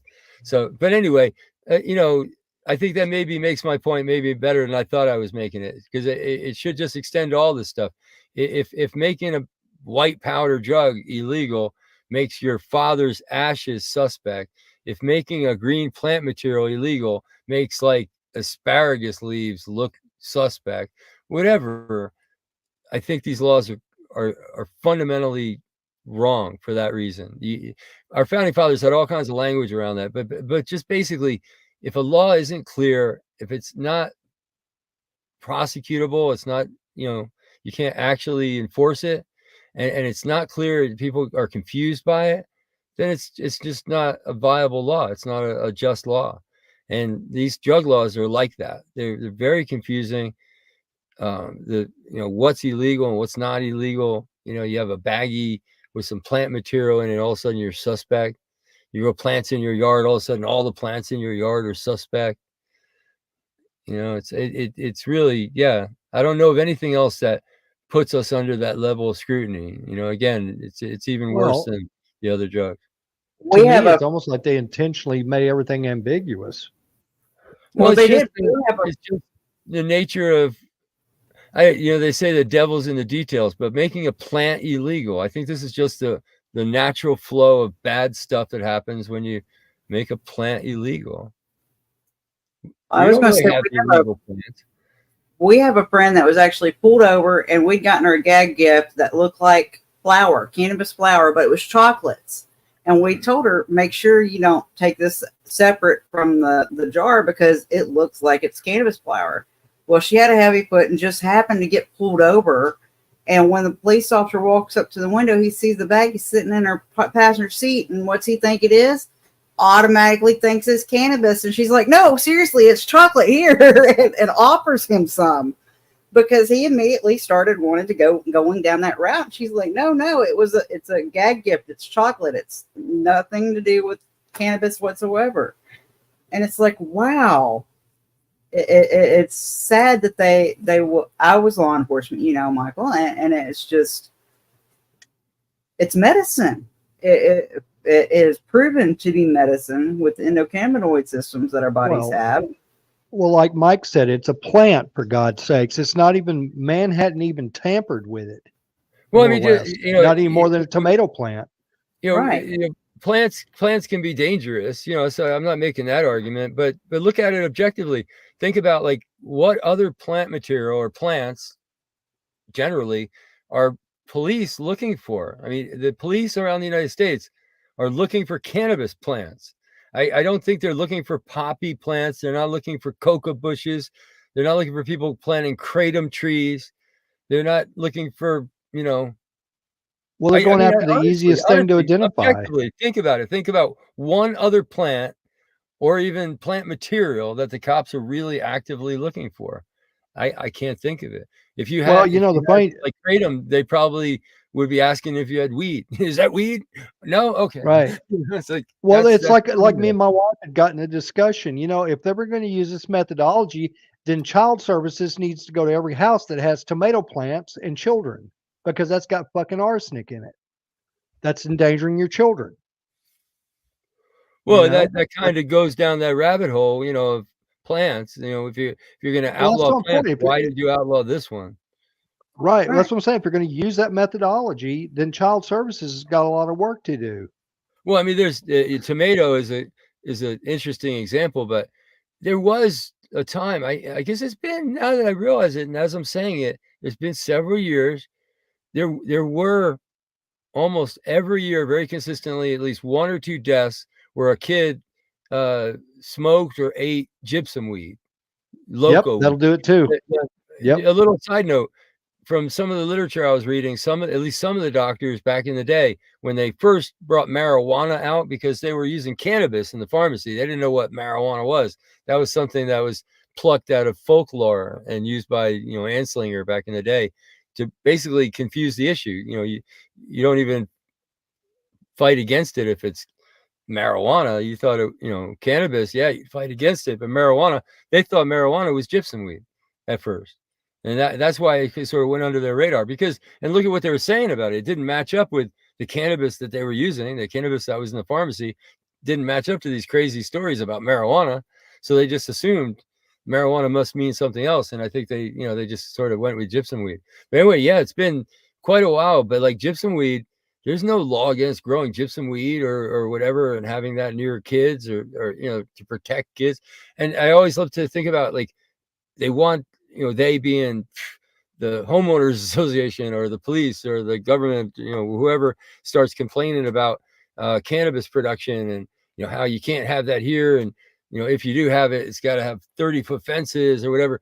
Meanwhile, if you look at the way poppy is produced, opium production, they just have a little like barbed wire fence with a little sign that says "Do not eat, dangerous." That's it. That's regular, like, poppy fields that produce That's crazy. morphine for medicine. That's the way they Right. handle it. The notion that you need to protect the public from cannabis with like a 30-foot fence and keep it in some compound somewhere, and that the plant needs to be illegal and you need to arrest people that try to do this and try to do that around the plant. Oh, it's so Hey, surreal that we live in that universe. So, it almost feels like one of the we're living out a movie when I talk about that, because it oh, I doesn't know, seem man. to be real.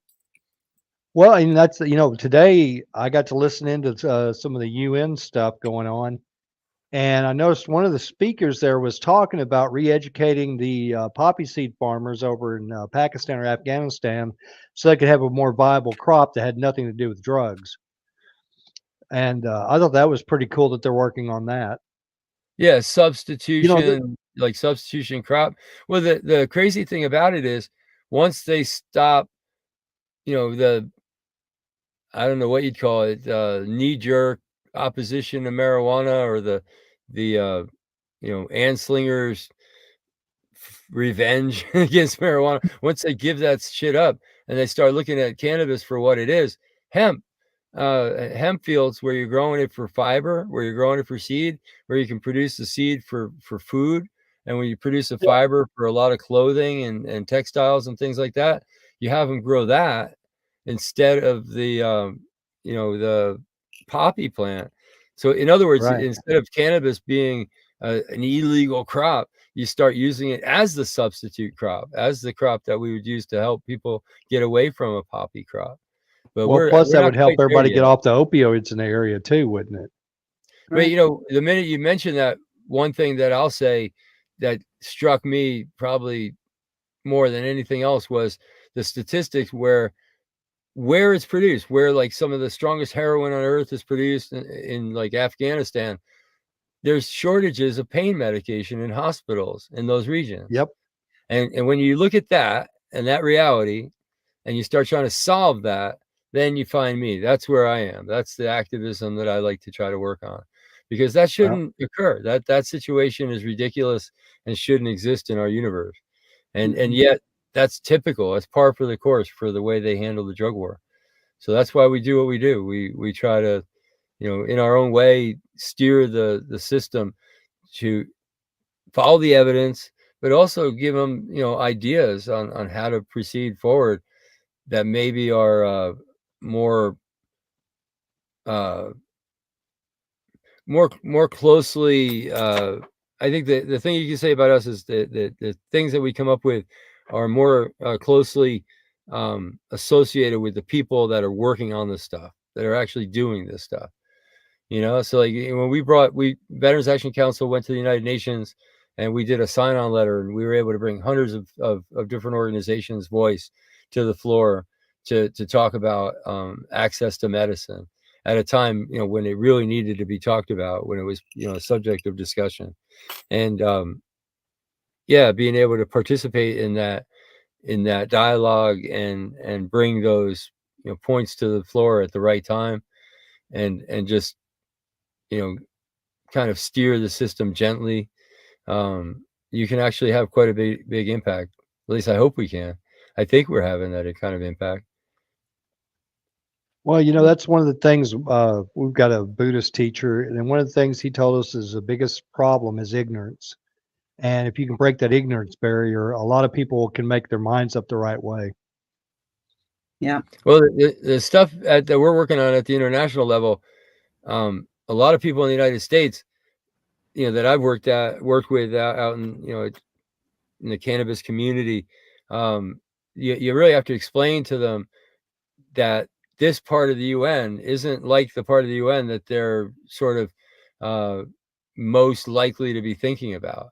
Where the rank and file cannabis activists out there is quite on guard against, this sort of small cabal of countries that run the committee that, essentially becomes like a new world government or a one world government or something like that. But with regard to the drug control program, these are agreements that are like handshake agreements. They come up with the agreement, and then you have to go home and execute it. It's up to you how you execute it. I mean, it's absolutely, literally up to you what you do next as a country. Right.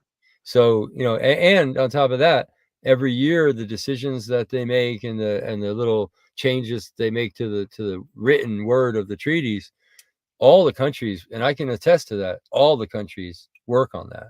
It's not like little committees of a couple of countries that make decisions. It's every country weighing in. Little tiny countries that you would never expect to have such a big voice at the international level, like Indonesia, speaking against cannabis, and the Czech Republic, speaking for reform and the evidence base, and Jamaica making a big stand for legalization. I mean, that's the real world. That's cool. That's not one world order. That's like really, really cool stuff that I think the rank and file cannabis activists out there, once they see that and they realize that's what we're actually working with, that level of, sort of international governmental grassroots, I'll call it, where the governments are actually weighing in themselves and participating themselves, and have a very strong say on the process. Yeah, it's very different. It's fun. It was really I really enjoyed listening to that today. Matter of fact, my wife had to go into an appointment, and I got on to her for turning it off because I was getting into it, man. I was actually enjoying hearing all the different countries and what they were reporting back on the fentanyl problem that everybody's having. Yeah, it's not just in the United States. Yeah, nowhere in the world. Everywhere else, it's sort of an emerging problem, right? In the United States, it's different. Yeah, that's a strange situation, where United States is definitely. I when I was on the call with the government the other day, I called it the canary in the coal mine. If you look at the statistics, because our statistics are so far bigger than the rest of the world, like combined, even like our statistics. So it's crazy. Right. I'm actually, as we're recording this and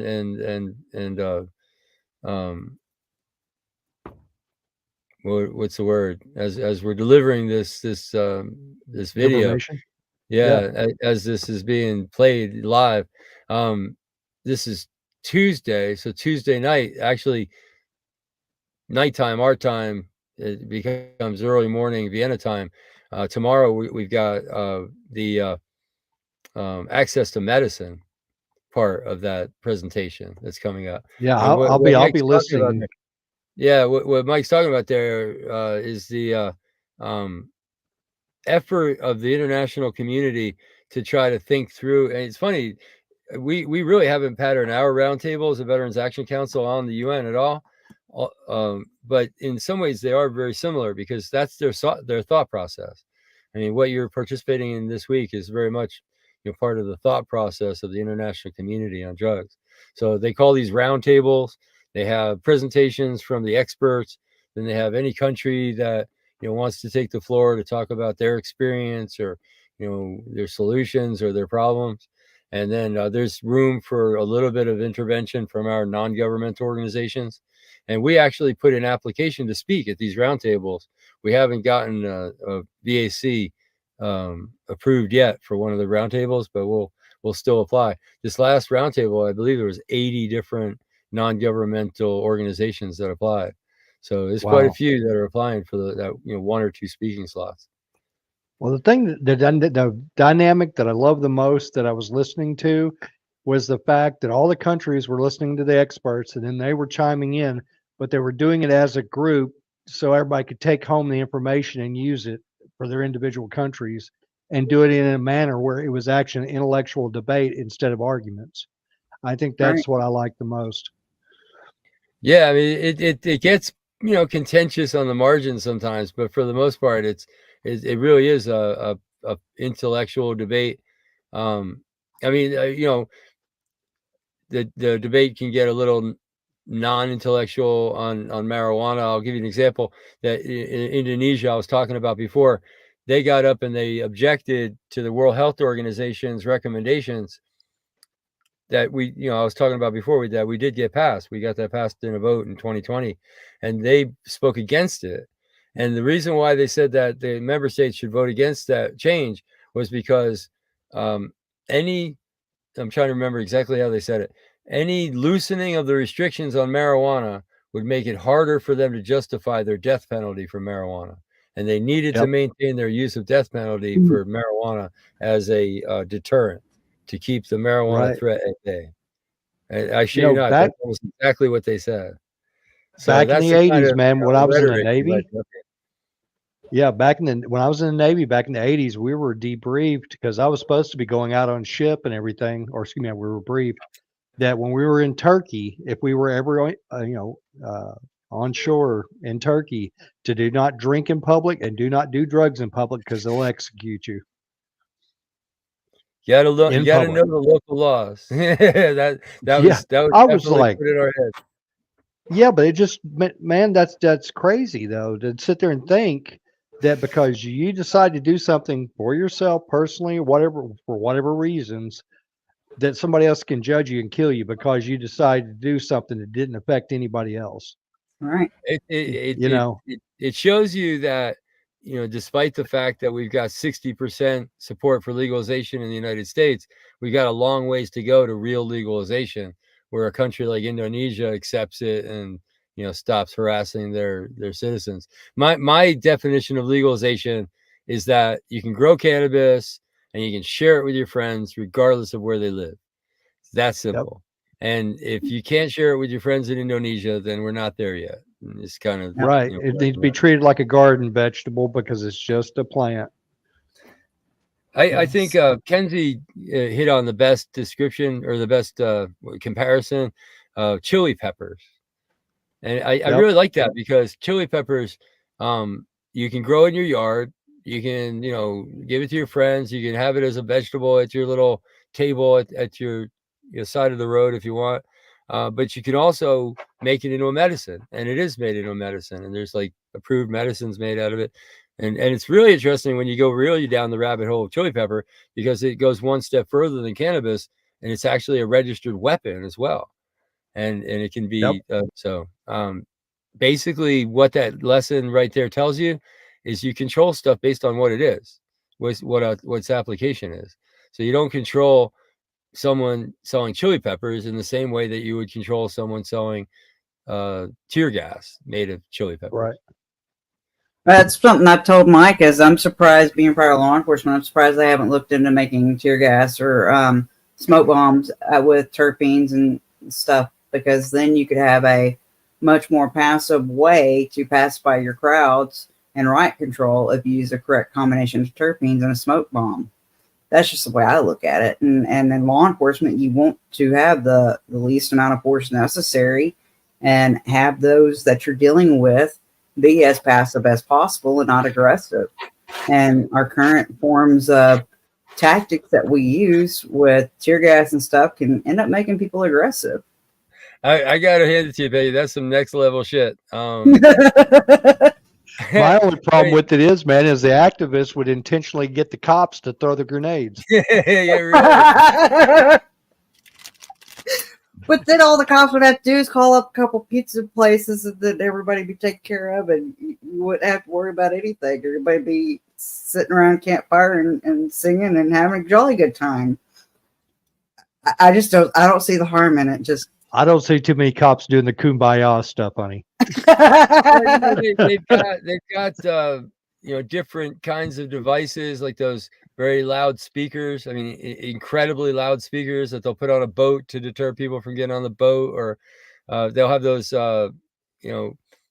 different kinds of water cannons, or all kinds of different things. Yeah, passive weapons. Yeah, passive weapons. Yeah, so think about that as a passive weapon, that you have this like special cannabinoid spray that you spray on people, and it basically they inhale it, and just I'm surprised that there's not like some movie like what is that